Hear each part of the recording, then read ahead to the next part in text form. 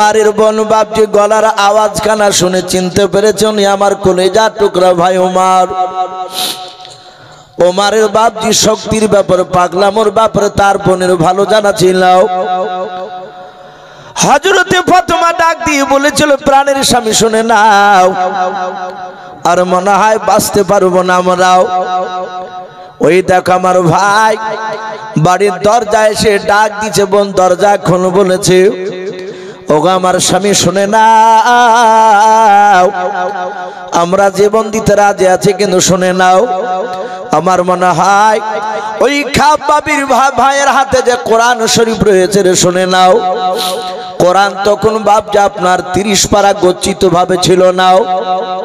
ওই সময় হযরত বাপজি নবীর দরবারে বাপজি সাহাবাদের দরবারে কোন সময় কোরআন বাপজি চামড়াতে লেখা থাকতো, গাছের পাতাতে বাপজি কোরআনের আয়াত লেখা থাকতো, পাহাড়ে বাপজি আপনার লেখা থাকতো। হযরতে খাব্বাব কয়েকটা বাপজি আপনার সুরাও লিখিত ছিল বাপজি আপনার চামড়ায় বাপজি হাতে করে নিয়ে রে বাবা। ওই দেখে দেখে বাপজি শেখার জন্য কোরআন। ফাতেমা বলল ভাই খাব্বাব এই কোরআনটা আমার ভাই চিনে না জানে নাও, কোরআনটাকে হয়তো টান মেরে ফেলে দিবে, কোরআনকে টান মেরে ফেলে দিলে সহ্য করতে পারবো না। ওরে ভাই খাব্বাব এই কোরআনটা নিয়ে তুমি ঘরের আড়ালে চলে যাও। হযরতে বাবা খাব্বাব ঘরের ভিতরে বাপজি কোনায় গিয়ে আড়ালে গিয়ে বাপজি আপনার দাঁড়িয়ে গেল। ওমরের দরজা বাপজি তার বোনের খুলতে দেরি হলো। ওমর কয়েকটা লাত মেরে বাপজি দরজাটাকে ভেঙে ফেললো। দরজা ভাঙার পর ওমর বাপজি দৌড়ে গিয়ে তার নিজের বোনের কাছে না, প্রথমে নিজের দোলা ভাইয়ের কাছে চলে গেল। দোলা ভাইয়ের কাছে যাওয়ার পর ওমর বাম হাত দিয়ে তার ভাইয়ের বাপজি দাড়ি খানাকে ধরলো। ও বাপজি ভাইয়েরাও, আগেকার বেঈমানেরা তারা বাপজি দাড়িকে বাপজি আপনার চাস্তক না এখনকার মতো, তারা জানতো দাড়ি বড় মূল্যবান, দাড়ি একটা পুরুষের বাপজি আলামত। আপনারা সকলেই জানেন বেঈমান বলে পৃথিবীতে একটা বাপজি খোদা দাবি করেছিল যার নাম বাপজি ফেরাউন। সে ডাইরেক্ট বলেছিল আনা রব্বুকুমুল আলা, সব আল্লাহর চেয়ে যে বড় আল্লাহ দাবি করেছিল। ওই বেঈমান ফেরাউন তারও বাপজি মুখে নাভি পর্যন্ত বাপজি দাড়ি ছিল। সে মুক্তা দিয়ে বাপজি সারাদিন দাড়িকে বাপজি জোড়ে রাখতে এত যত্ন করতো দাড়ির। হযরত বাপজি উমর দৌড়ে গিয়ে নিজের আপনার দুলা ভাই শহীদের বাম হাত দিয়ে দাড়িখানাকে ধরে ডাক দিয়ে বলেছিল ভাই শুনলাম তুমি নাকি কলমা পড়ে নিয়েছো, মুহাম্মদ সাল্লাল্লাহু আলাইহি সাল্লামকে নাকি নবী বলে মেনে নিয়েছো। হযরত ওমরের কথা শুনে শহীদ ডাক দিয়ে বলেছিল ভাই ওমর শুধু আমি একাই নয়, তোমার বোন ফাতেমাও কলমা পড়ে আমরা মুসলমান হয়ে গিয়েছি। যাহাতে বাপজি কথা বললো ওমর ডাক দিয়ে বলল ওই নবীকে কি ছাড়বে না বলে নাও। হযরত শহীদ বলল ওমর রে সব পৃথিবীর ছাড়তে রাজি আছি, কিন্তু আমি বিশ্ব নবীর কলমাকে ছাড়তে রাজি নাই। ও বাপজি ভাইরাও, কোরআন এমন একটা বাপজি আপনার জাদুকৃত কেতাব, কোরআনের এমন একটা বাপজি আকর্ষণ হয়েছে রে বাবা। কোরআন যারা মন দিয়ে বাপজি কোরআনকে সেই জামানায় শুনে চলে যারাও, তারা কোরআনের প্রেমিক না হয়ে থাকতে পারে নাই। বলুন সুবহানাল্লাহ। আল্লাহর নবী জনাবে মুহাম্মদ রাসূলুল্লাহ সাল্লাল্লাহু তাআলা আলাইহি ওয়াসাল্লামের বাপজি সাহাবা শহীদ বাপজি দাঁড়িয়ে বলল নবীজিকে ছাড়তে রাজি নাই। সঙ্গে সঙ্গে বাবা হযরত বাপজি আপনার শহীদের দাড়িখানাকে ধরে বাবা টান মেরে আপনার আগনাতে আপনার ফেলে দিল, উঠোনে ফেলে দিল। শহীদ তাড়াশ করে পড়ে গেল। হযরত ওমর তার বুকের উপর দাঁড়িয়ে বাপজি তলোয়ারের উল্টো পিনে দিয়ে আঘাত করতে লাগলো, পা দিয়ে বাপজি বুকের বাতা ভাঙার জন্য মারতে শুরু করে দিল। ডাক দিয়ে বলল, ভাই মারতে মারতে যদি আমাকে ধুলার সাথে যদি মিশে দাও তবু আমি নবীজিকে ছাড়তে রাজি না। ওমর এত মার মারলো, দেখলো তার দুলা ভাই তার মারকে ভয় পাই নাও। হযরতে ওমরের বোন তিনি দূর থেকে নয় পাশ থেকে দাঁড়িয়ে দাঁড়িয়ে দেখছিলেন আমার স্বামীকে আর বেঁচে হয়তো রাখবে না আমার ভাই। হযরতে বাপজি ফাতেমা দৌড়ে গিয়ে তার নিজের দুলা ভাই নাই নিজের স্বামীর বাপজি বুকের উপর আপনারা শুয়ে পড়ে ডাক দিয়ে বলেছিল, ওরে ভাই ওমর আমার স্বামীকে ছেড়ে দাও আর মেরো না, আমাকে মারো। ওমরের দিলটা বাপ যে এত পাথরের মতো শক্ত হয়ে গিয়েছিল, তার ভিতরে বাপ যে আপনার নূরের তো কোনো বাপ যে আপনার আলো জ্বলে ওঠেনি। ওমর বাপ যে আগে থাকতে না পেরে নিজের বোনের মাথার চুলগুলোকে বাপ যে খামচা মেরে ধরাও, টান মেরে বাপ যে তাকে সাইডে ফেলে দিলাও। ফেলে দেওয়ার পর নিজের দোলা ভাই কার মারলো নাও, এবার নিজের আপন কলিজা টুকরা বোনের উপর বাপ যে বুকের উপর দাঁড়িয়ে গেল। দাঁড়িয়ে গিয়ে পা দিয়ে লাত মারে আর তলোয়ারের উল্টো পিঠ দিয়ে আঘাত করে আর বলে, ওরে ফাতেমা বল এখনো নবীজিকে ছাড়বে খেলাও, যদি না ছাড়িস তোকে মারতে মারতে দুনিয়ার বুক থেকে শেষ করে দেব। হযরতে বাপজি ওমর ফারুক রাদিয়াল্লাহু তাআলা আনহু বাপজি সেই সময় ঈমান আনে নাই। ওমর বাপজি তোমার মারতে লাগলো, দেখলে একটি মারো বাপজি আপনার মার দেখে ভয় হয় না। শুধু মারে বোন বলো, ভাই মারতে মারতে আমাকে যদি মেরে ফেলো আমার কলিজার ভিতর থেকে নবীজির মহব্বত তুমি ছেড়ে দিতে পারবা না, বের করে তুমি ফেলে দিতে পারবা না। ওরে আমার ভাই নিজের মায়ের পেটের তুমি আমার ভাই, তোমার মারছো রে ভাই, আমি তো তোমার কাছে কোনো অন্যায় করে নাই রে ভাই, শুধু নবীজির ওপর কলামা পড়েছে, তুমি কেন আমাকে এভাবে মারছো বলো। হযরত ওমর মারতে মারতে লাস্টে ডাক দিয়ে বলল, বল একবার তুই শুধু আমার কাছে জানের ভিক্ষা চাও। হযরত ওমরের বোন ডাক দিয়ে বলেছিল, ভাই জিনার কলামা পড়ে নিয়েছে সেই নবী মুহাম্মদ রাসূলুল্লাহ সাল্লাল্লাহু তাআলা আলাইহি ওয়াসাল্লাম, সেই নবী বলেছে একমাত্র আল্লাহর কাছে ছাড়া কারো কাছে সাহায্য চাওয়া যাবে না, একমাত্র আল্লাহর কাছে সাহায্য চাওয়া লাগবে। ও ভাই উমার তুমি মারতে মারতে মেরে ফেললো, তোমার কাছে জানের ভিক্ষা চাইব না। ওমর বাবা তলোয়ারের উল্টো পিঠে দেখছে রক্ত লেগে আছে, মাটিতে থেকে দেখে ওমরের বোন আর শাইন তারা স্বামী স্ত্রী দুজনায় মাটিতে যেদিক দিয়ে গড়াগড়ি বাপজি পড়েছে সেই দিকে বাপজি মাটিতে রক্ত লাল হয়ে গিয়েছে। ওমর দেখলো এমন জাদু করেছে সেই আব্দুল্লাহর বেটা যে আমার বোন কোনো মতে মারকে ভয় পাই নাও, আমার দুলাভাই ভয় পাই নাও। হযরত ওমর ডাক দিয়ে বলেন, ওরে বোন ফাতেমা এমন কি জাদু করেছে তাকে কি তোরা ছাড়বি নাও? বলে ভাই জীবন চলে গেল ছাড়ব নাও। লাস্টে ওমর বলল, বোন আমি দরজায় লাত মারার আগে আমি চিৎকার করে ডাকার আগে আমি 2-3 মিনিট আমি দাঁড়িয়েছিলাম। ওরে বোন কে যেন পড়ছিল ইন্নী আলাল্লাহ, আমি নিশ্চয় আল্লাহ, বারবার এই কথাটা পড়ছিল। কে বলছিল রে বোন এত সুন্দর কথা বল? হযরত বাপজি ফাতেমা মনে মনে চিন্তা করেছে, ভাই কি ব্যাপার হঠাৎ করে নরম হয়ে গেল? ডাক দিয়ে কেঁদে কেঁদে বলেছিল, ভাই আমরা কোরআন শরীফ শিখছিলাম। ওমর বলল, বোন কোরআন আবার কি জিনিস? বলে ভাই যেই নবীর কলেমা পড়ার জন্য তুমি আমাদেরকে মেরে ফেলার জন্য তৈরি হয়ে গিয়েছিলাম সেই নবীর ওপরে কোরআন নাজিল হয়েছে, ওই কোরআন গোপনে শিখছিলাম। বলে বোন কোরআনটা একটু আমাকে একটু পড়ে দেখে। ফাতেমা বলে, ভাই কোরআনটা তোমার হাতে দেওয়া যাবে না। বলে কেন? বলে তোমার শরীরটা তোমার নাপাক হয়ে আছে, অপবিত্র হয়ে আছে, তুমি পেশাব ফিরে পানি নাও না। বলে নাও। ওরে ভাই এই কোরআন তোমার হাতে নাড়তে দেওয়া যাবে না। হযরত ওমর বলল, বল কি করা যাবে? ওই কোরআনটা শুনতে গেলাম বলো ভাই তুমি এখানে দাঁড়াও।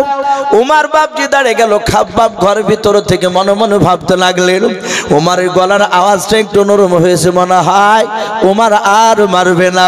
খাব্বাব বেরিয়ে এসে বলল, ভাই উমার, আমি গতকালকে আসর নামাজ বিশ্ব নবীজির পেছনে পড়েছিলাম। আমার নবীজি মোনাজাতে শুনে নাও, তোমার নাম আর আবু জেহেলের নাম কয়েকবার নিয়েছে, তার মধ্যে তোমার নামটা বারবার নিচ্ছিল। আমার মনে হয় ওগো ভাই, তোমার নামটা হয়তো আল্লাহর দরবারে কবুল হয়ে গিয়েছে, বলুন সুবহানাল্লাহ। উমার বলল, ভাই ও সব কথা বাদ দিয়ে কি পড়ছেন একটু শোনাও। উমারের সামনে দাঁড়িয়ে দাঁড়িয়ে খাব্বাব যে কোরআন শরীফ থেকে বাবা, কেউ বলেছেন সূরা তাহা, কেউ বলেছেন বাপ যে তওবার কয়েকটা আয়াত বাপ যে আপনার পড়ার উপর উমারের পশমগুলো বাপ যে খাড়া হয়ে গেল। উমার ডাক দিয়ে বলেছিল, ওরে বোন, এত সুন্দর বাণী কোথায় পেলি বল। উমারের বোন ডাক দিয়ে বলেছিল, ভাই যেই নবীর জন্য তুমি মারছিলে সে নবীর উপরে কোরআন নাযিল হয়েছে। উমার বলল, বোন রে, ওই মুহাম্মদ সাল্লাল্লাহু আলাইহি সাল্লামকে আমি দূর থেকে দেখলে কানে আঙুল দিয়ে হাত দাও, তার দিকে ভালো করে তাকাতাম নাও। ওরে বোন, ওর উপরে যে কোরআন নাযিল হয়েছে এত সুন্দর যদি মধুর বাণী হয়, ওই লোকটার মুখ থেকে শুনলে কতটা মধুর লাগবে। বোন রে, আর দেরি করিস না, তাড়াতাড়ি সেই লোকের কাছে নিয়ে চল, তার জবান থেকে আমি কথাগুলো একটু শুনতে চাই। উমার বাপটি নিজের বোন আপনার কি করলো ফাতেমা, উমারের হাতখানা ধরে বাপ যে দৌড়াতে শুরু করলো নবীজির দরবারে। হযরত সাইদ, উমার আর বাবা, এইদিকে বাপ যে আপনার খাব্বাব, এরা তিনজনাই উমারের সাথে সাথে বাপ যে চলে যাচ্ছে। উমারের মাথায় মস্তানি বাপনি পাগড়ি বাঁধা আছে। আমার রাসূলুল্লাহ বাপনি কয়েকজন সাহাবাকে নিয়েও মক্কার বাপ যে একটা ফাঁকা জায়গা নবীজি দিনের বাপ যে কথা আলোচনা করেছিলেন, জান্নাত জাহান্নামের কথা বাপজি শোনাছিলেন। কয়েকজন সাহাবা দূর থেকে বাপজি উমারকে দেখে বাবা চিনতে পেরে গিয়েছে। নবীকে ডাক দিয়ে বলেন, হুজুর ওই দেখেন উমার, আপনার দুশমন আমাদেরও দুশমন। ও নবীজি, আমার মনে হয় আপনাকে জবাই করে ফেলবে, আর আপনার উপর ঈমান এনেছে বলে তার বোন আর দুলা ভাই আর খাব্বাবকে যে পাঠিয়েছিলেন কোরআন শেখার জন্য, বলে হ্যাঁ ওকে ধরে নিয়ে আসছে, মনে হয় আপনার দরবারে তাদেরকে মারবে। ওগো নবীজি, আপনার দরবারে উমার আসার আগে একটু দয়া করে আমাদেরকে হুকুম দিয়ে দাও। নবী গো, আপনাকে মারবে আমরা দাঁড়িয়ে দেখতে পারবো না। উমার আপনার দরবারে আসার আগে আমরা সকল সাথী ভাইয়েরা দৌড়ে গিয়ে উমারকে জবাই করে দিয়ে জাহান্নামে আমরা একসঙ্গে তাকে পাঠিয়ে দেব। আল্লাহ রাসূল এইভাবে পেছন দিকে ঘুরে বলেছিলেন, ওরে উমার, আমার সাথী ভাইয়েরা, তোমরা কি অন্তরের খবর জানো? বলে না। সাহাবারা বলেন, হুজুর আপনার মুখ থেকে শুনেছি আসমান জমিনের ভিতরে একমাত্র অন্তরের খবর, গায়েবের খবর আল্লাহ জানেন, বলুন সুবহানাল্লাহ।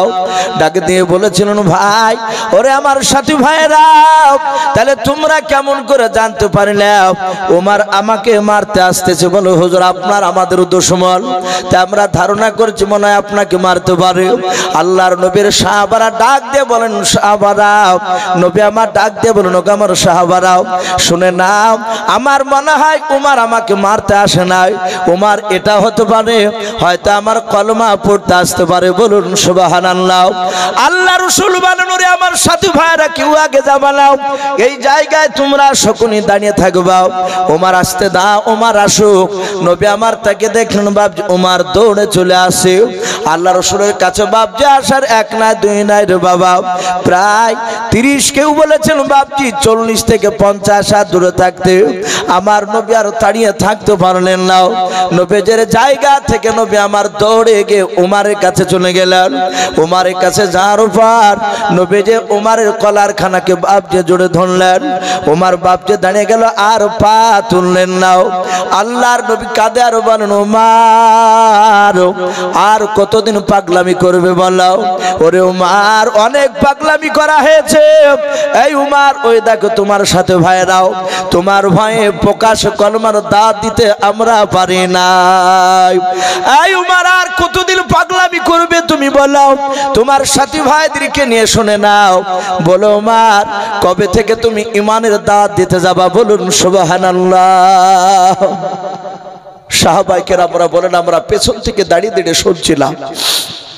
নবী এমন ভাবে কাঁদছিলেন, উমারকে ডাক দিয়ে বলে, উমার রে, কবে থেকে তুমি তোমার সাথী ভাইদেরকে নিয়ে ঈমানের কাজ করবে? উমার, যেমন তুমি আবু জেহেলের কথা শুনে তুমি এখানে দৌড়ে এসেছো, হে উমার, তুমি কবে তুমি আমার কথা শুনে দৌড়ে যাবে তুমি কলেমার দাওয়াত নিয়ে? আর পাগলামি করো না উমার, অনেক পাগলামি করা হয়েছে। হযরত উমার বিশ্ব রাসূলের চেহারার দিকে চেয়ে তিনি কাঁদছে, আর সহ্য করতে পারলেন না, চোখ দিয়ে পানি ঝরে যায়, তলোয়ারটা নিচে রেখে দিয়ে বলেছেন, ইয়া রাসূলুল্লাহ ফিদা কাবি ওয়া উম্মি, ওগো নবী আপনার পদতলে আমার বাপ মা বিসর্জন হয়ে যাক, বলুন সুবহানাল্লাহ। নবী এই তলোয়ার দিয়ে হয় জবাই করে, না হলে আপনি আমাকে ক্ষমা করে দিয়ে কলেমা পড়ে না। বিশ্ব নবী বললেন, ওগো আমার উমার বন্ধু, আমাকে আল্লাহ দুনিয়ার বুকে বদলা নেওয়ার জন্য পাঠায় নাই, বলুন সুবহানাল্লাহ। আমাকে রাহমাতুল লিল আলামিন করে পাঠিয়েছে। নবীজি উমারকে বুকের সাথে জড়ে ধরে ক্ষমা করে দিলেন। উমার কলেমা পড়লেন।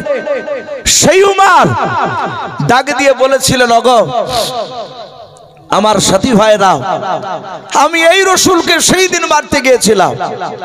উমার বলছেন, হুজুর আপনি আমাকে ক্ষমা করে দেন। নবী হাসছেন আর বলছেন, উমার রে, আমি কাঁদছিলাম, কিন্তু তুমি আমার উপর ঈমান এনেছো, আরো যে সাহাবারা ঈমান এনেছে আমি সকলকে ক্ষমা করে দিয়েছি, বলুন সুবহানাল্লাহ।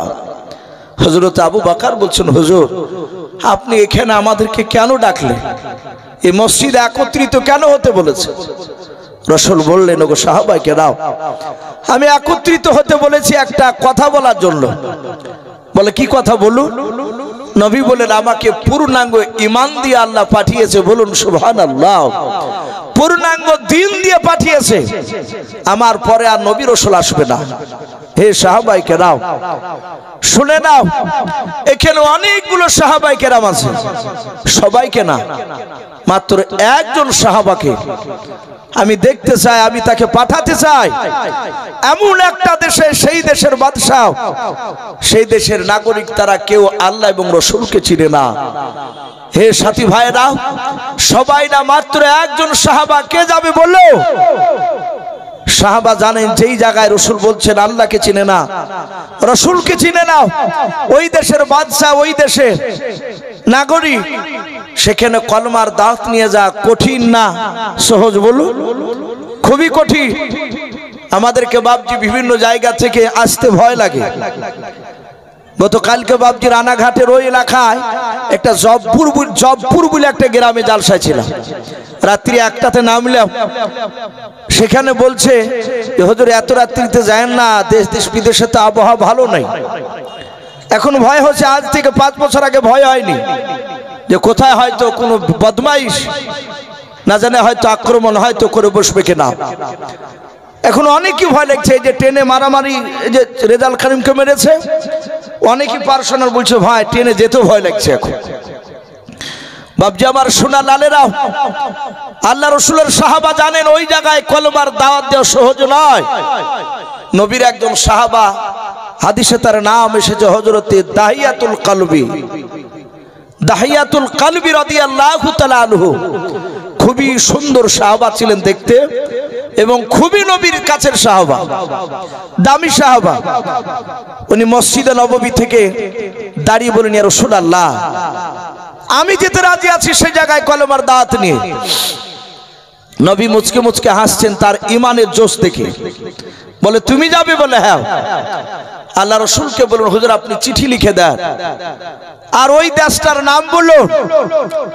নবী বলেন, দেশটার নাম রোম দেশ। কি নাম বললাম? রোম দেশ। আর ওই রোম দেশের সম্রাট হিরাক্লিয়াস, বুখারী শরীফে কয়েকবার তার নাম এসেছে। আল্লাহ রাসূল তার বুদ্ধির প্রশংসা করেছিলেন, কিন্তু বেঈমান সে ছিল। নবীজি বাপজি লিখতে জানতেন না, এটা আমরা সকলেই জানি। কারো কাছে লেখাপড়া করেননি, এই জন্য নবীকে উম্মি বলা হতো। তাই বলে নবী যে আনপাড় জাহেল এইরকম শব্দ ব্যবহার করা যাবে না নবীর সামনে। নবী লেখাপড়া জানতেন না, এটা সত্য। তাই বলে নবীর জ্ঞান কি কম ছিল? কথা বলুন, নবীর জ্ঞান কম ছিল না। আজও জন্মায়নি, কিয়ামত পর্যন্ত জন্মাবে না নবীর জ্ঞানের মতো লোক আর আসবে না পৃথিবীতে। আমার বিশ্ব রাসূল তার একজন সাহাবা আব্দুল্লাহ বিন মাসউদ রাদিয়াল্লাহু তাআলা আনহু, নবীজি তাকে ডেকে বললেন, আমি যা বলছি তুমি লেখো। আল্লাহ রসুলের কথা, জবানি কথা, নবীর আর সাহাবা তিনি লিখলেন। লেখার পরে বিশ্ব নবীর হাতে একটা আংটি থাকতো, চাঁদির আংটি। কিছু মনে করবেন না, মুফতি সাহেবের সাথে আলোচনা করবে।